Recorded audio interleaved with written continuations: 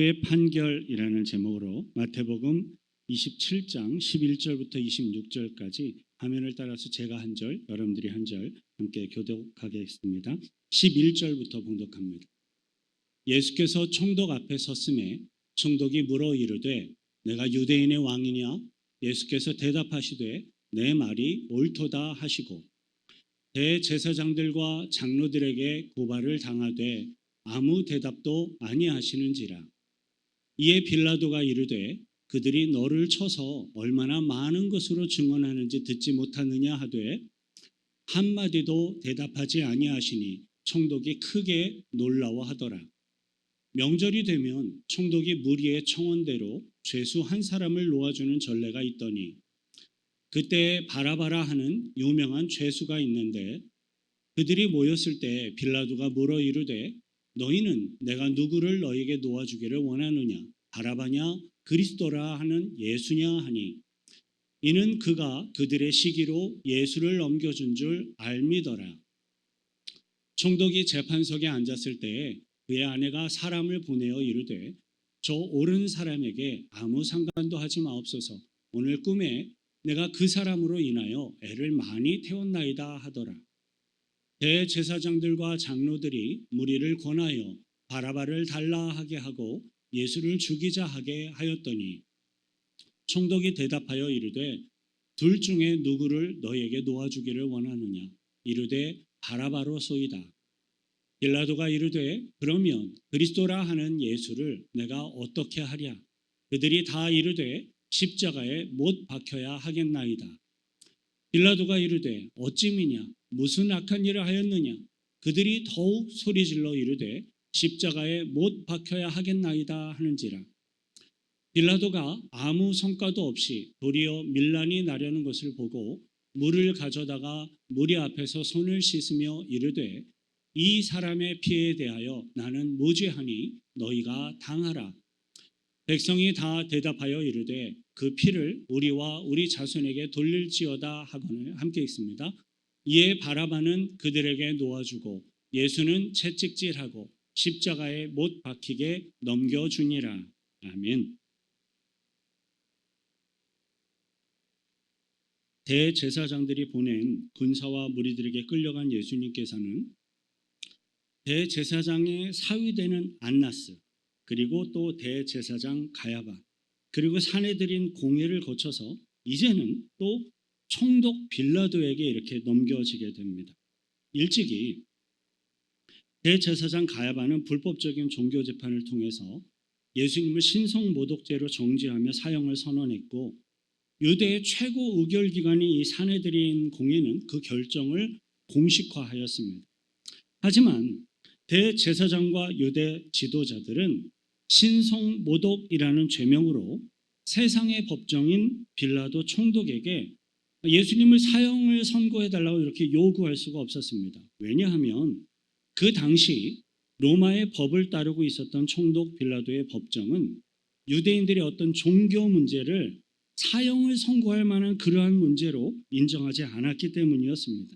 그래서 대제사장들과 유대 지도자들은 총독 빌라도의 법정이 예수님께 사형을 선고할 수 있도록 하기 위해서 또 다른 죄목으로 또 예수님을 고소하게 됩니다. 그 내용이 바로 오늘 본문에 기록되어 있어요. 11절 다시 함께 읽습니다. 예수께서 총독 앞에 섰음에 총독이 물어 이르되 내가 유대인의 왕이냐? 예수께서 대답하시되 내 말이 옳도다 하시고 총독 빌라도가 예수님께 가장 첫 번째로 확인했던 질문은 내가 유대인의 왕이냐? 라는 것이었습니다. 왜냐하면 그 질문이 바로 대제사장들과 유대 지도자들이 빌라도의 법정에 예수님을 고소한 실질적인 죄목이었기 때문이었습니다. 예수님은 우리 인간들을 죄악으로부터 구원하시기 위하여서 이 세상에 임하신 그리스도이시고 하나님의 아들이십니다. 때문에 실제로 유대인의 왕일 뿐만 아니라 만왕의 온 세계인의 왕 되신 분이심이 분명합니다. 그래서 예수님께서는 내가 유대인의 왕이냐라는 이 총독 빌라도의 질문에 내 말이 옳도다라는 매우 분명한 답변을 하신 것이었습니다. 그러한 예수님의 답변은 정말로 신앙적이고 영적인 측면의 답변이었습니다. 하지만 대제사장들과 유대 지도자들이 고소했던 유대인의 왕이라는 제목에는 예수님을 어떻게든 모함을 해서 죽이기 위한 정치적인 음모와 억지 주장이 거기에 섞여 있었습니다. 그 당시 이스라엘은 로마 제국의 식민지로서 로마의 직접적인 통치를 받고 있었어요. 로마 제국은 어느 식민지를 점령을 하면 그 점령한 식민지 출신의 인물을 그곳의 왕으로 세워주면서 로마 황제에게 조공을 바치며 충성을 다하도록 요구를 하였습니다. 그리고 각 식민지에는 로마 제국에서 직접 로마 제국으로부터 파견된 총독이 로마 제국에서부터 데리고 온 로마의 군사들을 그곳에서 데리고 통치를 하면서 각 식민지에 세워진 왕들의 세력을 견제를 하며 감시를 하는 그러한 일들을 하도록 하였습니다. 실제로 각 식민지에는 로마 제국으로부터 신임을 얻었던 식민지 출신의 왕들이 세워져 있어요. 가령 우리나라의 왕이 세워져 있는 것처럼 실제로 그 나라의 왕이 세워져 있는 겁니다. 하지만 실질적으로는 그 지역에 세워진 총독을 통해서 로마 제국의 감시와 통제를 받고 있었던 거예요. 특별히 헤롯 왕이 이스라엘 지역을 통치하던 헤롯 왕이 죽고 나서부터 이스라엘은 로마 제국이 식민지 세력을 견제하기 위해 이 이스라엘을 4개로 쪼갭니다. 이스라엘을 4개의 지역으로 구별을 해서 다스리게 돼요. 이 이스라엘이 워낙 강경적인 로마에 반대하는 그러한 입장들이 워낙 많았기 때문에 이스라엘 세력을 견제하기 위한 로마 제국의 어떤 조치였지요. 이스라엘이 이렇게 4개의 지역으로 분할이 돼서 총독 빌라도 그리고 그 헤롯 왕이었던 3명의 아들들이 각각의 지역들을 다스리게 되는데 로마에서 파송된 사람은 총독이라는 이름이 있으니까 그냥 총독이라고 불려졌고요. 헤롯 왕이라는 이름이 쓰다가 이렇게 3개로 쪼개져서 아들들에게 나누어졌으니까 왕이라는 이름은 맞지가 않아요. 그래서 그때부터 분봉왕이라는 이름이 사용이 됩니다. 그래서 헤롯 대왕, 그 다음에 헤롯의 아들들 중에 헤롯, 안티파스, 섬팅섬팅해서 분봉왕들이 이렇게 3명이 연결이 되는 거예요. 근데 바로 그 시기에 세례 요한과 예수님의 십자가 사건이 있었던 거예요. 누가복음 3장 1절부터 2절 화면을 따라서 함께 읽겠습니다. 천천히 읽어요. 디베료 황제가 통치한 지 15해 곧 본디오 빌라도가 유대의 총독으로 헤롯이 갈릴리의 분봉왕으로 그 동생 빌립이 이두레와 드라고니세 지방의 분봉왕으로 루사니아가 아빌레네의 분봉왕으로 2절 안나스와 가야바가 대제사장으로 있을 때에 하나님의 말씀이 빈 들에서 사가랴의 아들 요한에게 임한지라. 방금 읽은 누가복음 3장에 설명되고 있는 예수님이 공적인 사역을 하던 그 당시 이스라엘의 정치적인 상황을 조금 더 알기 쉽게 그림으로 표현을 해본다면 이렇습니다. 화면 보여주시죠. 총독 빌라도와 헤롯의 3명의 분봉한 아들들의 다스리던 그러한 지역인데요. 노란색 바탕화면에 앉아있는 사람이 빌라도, 그 사람이 유대와 사마리아의 넓은 지역을 통치를 합니다. 그리고 그 위에 헤롯은 갈릴리 지역에 그린으로 표시되어 있죠. 갈릴리 지역의 분봉왕으로, 그리고 동생 빌립은 이두레와 드라고니스의 분봉왕으로, 그리고 또 다른 동생 우사니아는 아빌레네의 분봉왕이었습니다. 로마 제국의 식민지였던 이스라엘 나라의 유대인들이 워낙에 자주 반란을 일으키고 문제를 하도 일으키니까 아예 이스라엘 이 지역의 세력을 분산시키기 위해서 4개의 지역으로 분할을 하여 로마 제국이 이 이스라엘을 다스리고 있었던 겁니다.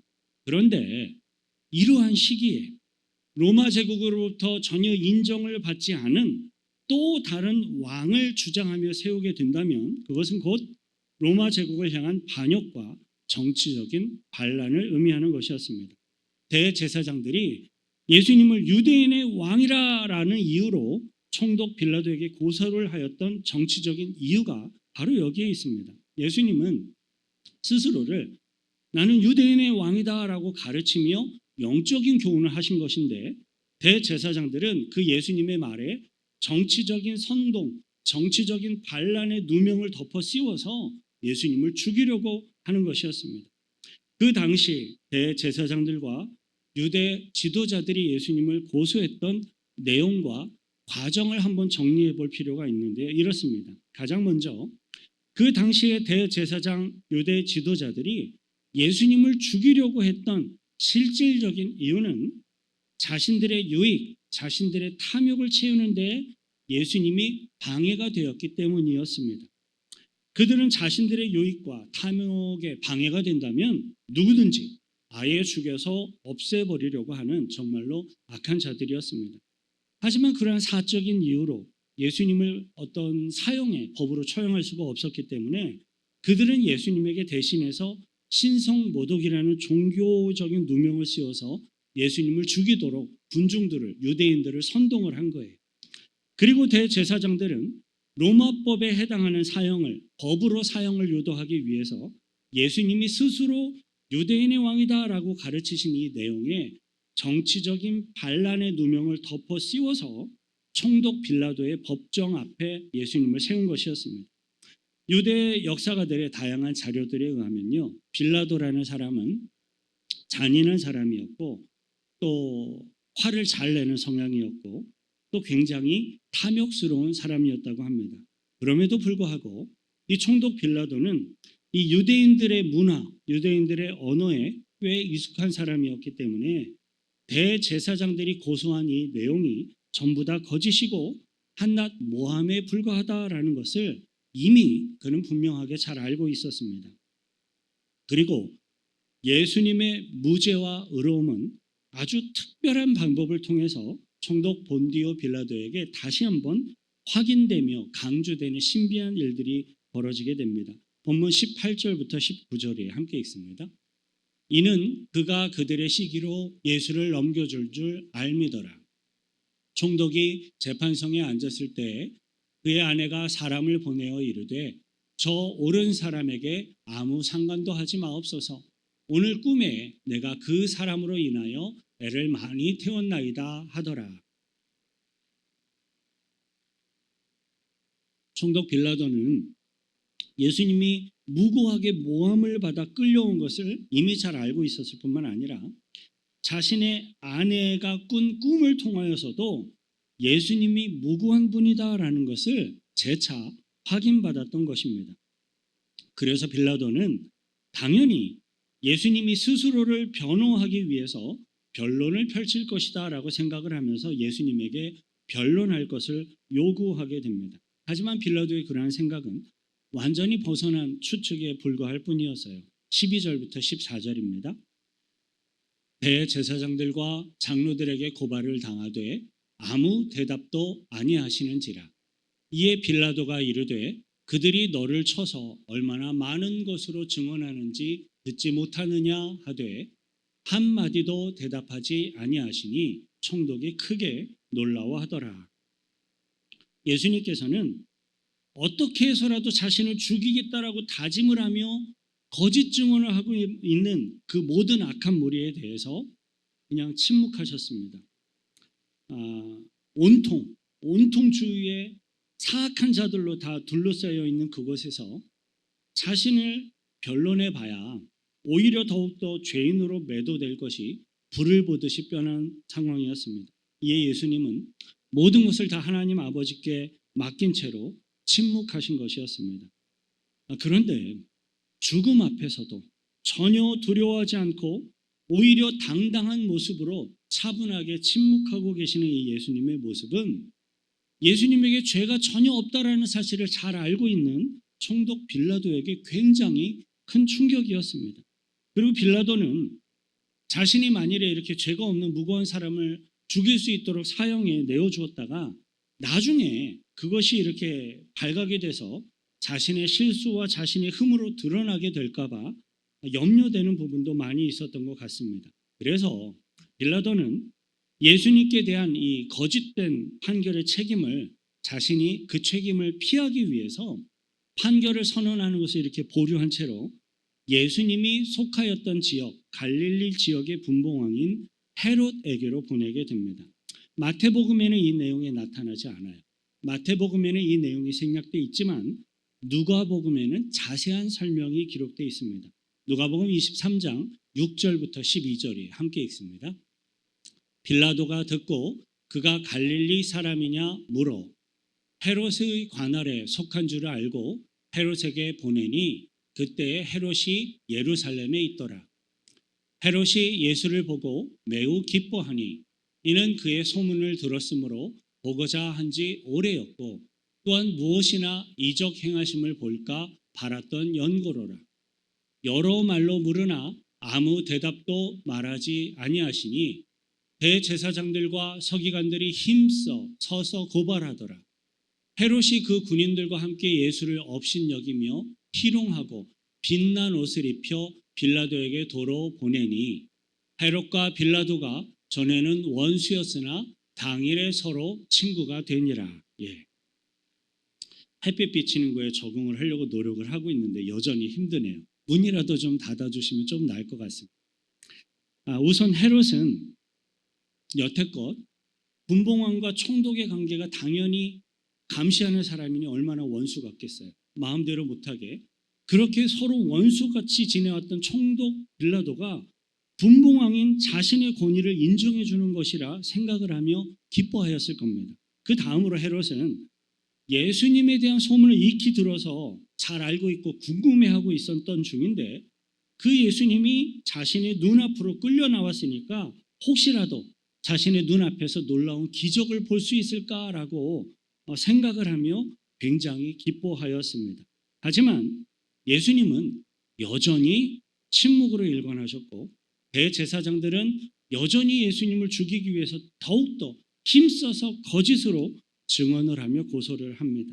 이에 헤롯은 유대인의 왕이라는 예수님의 가르침을 조롱하며 희롱하기 위해서 마치 왕의 모습을 연상시키는 듯한 그러한 가운을 예수님에게 입혀서 다시 빌라도에게로 보내게 됩니다. 말 그대로 조롱하는 거죠. 그리고 그 후에 벌어지는 상황이 바로 오늘의 본문 15절 이후에 기록되어 있는 상황입니다. 15절부터 17절 그리고 20절부터 23절 함께 읽습니다. 명절이 되면 총독이 무리의 청원대로 죄수 한 사람을 놓아주는 전례가 있더니 그때 바라바라 하는 유명한 죄수가 있는데 그들이 모였을 때 빌라도가 물어 이르되 너희는 내가 누구를 너희에게 놓아주기를 원하느냐 바라바냐 그리스도라 하는 예수냐 하니 대제사장들과 장로들이 무리를 권하여 바라바를 달라 하게 하고 예수를 죽이자 하게 하였더니 총독이 대답하여 이르되 둘 중에 누구를 너희에게 놓아주기를 원하느냐 이르되 바라바로소이다. 빌라도가 이르되 그러면 그리스도라 하는 예수를 내가 어떻게 하랴 그들이 다 이르되 십자가에 못 박혀야 하겠나이다 하는지라. 총독 빌라도는 죄가 없는 예수님을 풀어줘야 한다는 것을 누구보다도 이미 잘 알고 있습니다. 하지만 빌라도는 대제사장과 유대 지도자들이 군중들을 선동을 해서 자신에게 빌라도에게 예수님을 죽이도록 강력한 압력을 가하고 있다는 그 상황도 역시 잘 알고 있었습니다. 대제사장과 유대 지도자들의 뜻대로 만일에 자신이 예수님을 죽이도록 내어주지 않으면 밀란이 일어나게 될 것이고 만일에 그렇게 밀란이 일어나게 되면 총독 빌라도는 로마 제국으로부터 로마의 황제로부터 미움을 받아서 총독의 직책을 빼앗기게 될 수도 있는 상황입니다. 총독 빌라도는 분명 그 순간에 나의 양심을 따를 것인가 아니면 거짓말일지라도 나에게 유익을 주는 그러한 상황과 환경을 따라갈 것인가의 문제를 놓고 계산을 하며 고민을 하였을 겁니다. 그런데 성경은요. 그 빌라도의 선택과 빌라도의 고민에 대해서 매우 분명한 결과를 보여주고 있어요. 24절부터 26절입니다. 빌라도가 아무 성과도 없이 도리어 밀란이 나려는 것을 보고 물을 가져다가 무리 앞에서 손을 씻으며 이르되 이 사람의 피에 대하여 나는 무죄하니 너희가 당하라. 백성이 다 대답하여 이르되 그 피를 우리와 우리 자손에게 돌릴지어다 하거늘. 이에 바라바는 그들에게 놓아주고 예수는 채찍질하고 십자가에 못 박히게 넘겨주니라. 여러분, 죄를 지을 건데 손을 씻고 죄를 지으면 죄가 안 됩니까? 아무리 손을 씻어도 죄를 지으면 죄죠.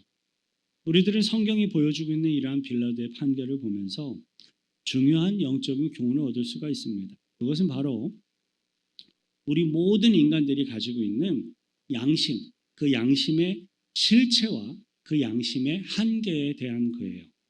우리 인간들의 양심은요, 종종 악한 것과 선한 것을 이렇게 구별해서 내가 깨달을 수 있도록 해주는 기능을 합니다. 하지만 심각한 문제는 우리 대부분의 인간들에게 있는 양심이나 의로움이나 어떤 정의나 거룩함을 선택할 수 있는 그러한 의지나 힘과 능력이 우리 양심에는 그것이 없다라는 거예요. 세상의 뉴스에 오르내리는 많은 사람들은 종종 다음과 같은 이야기를 합니다. 나는 나의 양심의 손을 얹고 이야기할 수 있습니다. 나는 진실과 정의를 추구합니다. 하지만 여러분, 정말로 그렇습니까? 물론 어떤 위협이나 특별한 손해가 없을 때에는 그렇게 말하며 그렇게 행동할 수 있습니다. 하지만 실제로 우리들의 어떤 재산의 손해가 발생을 하거나 나에게 생명의 위협이 있거나 장기적인 자신의 어떤 유익에 대한 큰 손실이 생기게 될 때에는 그 양심이 그냥 힘없이 무너져 버리고 마비되어 버리는 겁니다. 그래서 인간들의 어떤 도덕성이나 양심이나 휴머니즘 같은 것들은요, 어떤 면에서는 좋은 것이기는 하지만 결코 우리 인간들을 구원하거나 우리들의 인생의 목표가 될 수 있을 만한 그런 것이 결코 아닙니다. 만일에 저와 여러분들에게서 예수 그리스도의 십자가 복음과 하나님의 말씀이 없었다면 저와 여러분들은 분명 총독 빌라도와 저와 여러분들과 별반 다르지가 않았을 것입니다. 그러한 우리들의 솔직한 모습, 상태를 사도 바울은 다음과 같이 고백했어요. 로마서 7장 18절입니다. 내 속 곧 내 육신에 선한 것이 거하지 아니하는 줄을 아노니 원함은 내게 있으나 선을 행하는 것은 없노라. 로마서 7장 24절이에요. 오호라 나는 곤고한 사람이로다. 이 사망의 몸에서 누가 나를 건져내랴. 사랑하는 성도 여러분, 이 세상에 존재하고 있는 우리 모든 인간들 중에 진정으로 온전히 선하고 진정으로 온전히 의로운 사람은요, 아예 없습니다. 아무도 없습니다. 저는 좀 나은가요? 하나도 낫지 않아요. 다 똑같습니다. 저와 여러분들을 다 포함해서 하는 말이에요. 하지만 우리들에게는요, 하나님의 크신 희생, 사랑, 긍휼로 성취하신 예수 그리스도의 십자가 구원의 복음과 성령님의 은혜가 있기 때문에 우리들에게는 소망이 있고 우리들에게는 힘이 있고 우리들에게는 능력이 있는 줄 믿습니다. 저와 여러분들의 유일하고도 영원한 소망과 힘과 능력은 오직 하나님께 있습니다. 이 세상에는 악한 대제사장들과 군중들처럼 우리들의 약점을 공격하며 유혹하는 사단의 세력이 분명히 있습니다. 하지만 저와 여러분들에게는 그러한 사단의 온갖 공격과 유혹까지 모두 다 능히 이기고 부활하신 예수 그리스도의 구원의 복음과 하나님의 은혜와 성령님의 인도하심이 있습니다. 소망합니다. 저와 여러분들은 무능하고 연약한 총독 빌라도와 같은 그러한 자들이 아니라 십자가 복음 가운데 나아가 회개하고 돌이켜서 성령의 능력 가운데 쓰임받는 주의 일꾼들로서 살아가시기를 축원드립니다. 이 시간 같이 함께 기도하실 텐데요. 하나님, 만일에 나에게 선택의 기로가 놓여진다면 나는 어떠한 선택을 할 수 있을까요? 나의 유익과 나의 탐욕을 추구하는 선택을 하는 자들이 아니라 하나님의 뜻과 주님의 길을 향해 걸어가는 선택을 할 수 있는 우리들이 되기를 소망합니다. 나에게 믿음 주시고 능력 주옵소서. 성령의 인도하심으로 함께 해달라고 같이 함께 기도하겠습니다. 거룩하신 구주 하나님 아버지여, 감사와 찬송과 찬양을 드립니다. 우리들의 삶을 다스려 주시고 주관해 주시는 것을 믿습니다. 본디오 빌라도의 판결을 바라보면서 자신의 눈앞에 있는 양심과 유익 가운데 어떠한 선택을 하였는지 성경이 보여주고 있는 것을 우리들이 살펴보았습니다. 그런데 문제는 이러한 본디오 빌라도의 선택이 비단 그의 선택일 뿐만 아니라 이 세상의 모든 인간들의 연약한 양심의 문제이기도 하고 우리들도 그러한 상황에 포함되어 있다는 사실을 다시 한번 깨닫게 됩니다. 주님, 저희들을 긍휼히 여겨주시고 불쌍히 여겨주옵소서. 그리스도의 복음과 능력으로 하나님의 은혜로 힘주시고 능력 주셔서 본디오 빌라도와 같은 무능하고 연약한 세속적인 판단과 선택을 하는 자들이 아니라 주님이 기뻐하시는 선택을 하고 주님의 의를 이루어드리는 선택을 하고 내가 손해가 될지라도 하나님께 영광 돌려드리는 길로 나아갈 수 있는 의지와 선택과 마음을 허락하여 주시고 믿음을 더하여 주셔서 주님의 일꾼들로서 쓰임받도록 인도하여 주옵소서. 하나님 아버지, 오늘 우리들은 예수님을 십자가에 못 박도록 내어주었던 빌라도의 재판을 통해서 우리 모든 인간들의 연약한 양심과 도덕과 의지의 한계를 확인하였습니다. 주여, 우리들의 연약함을 긍휼히 여겨주시고 예수 그리스도의 십자가 구원의 복음 안에서 새 사람이 되게 하옵소서. 우리를 구원하신 예수 그리스도의 이름으로 기도하옵나이다. 주의 은혜 앞에 감사의 박수로 영광 돌려드리겠습니다. 네.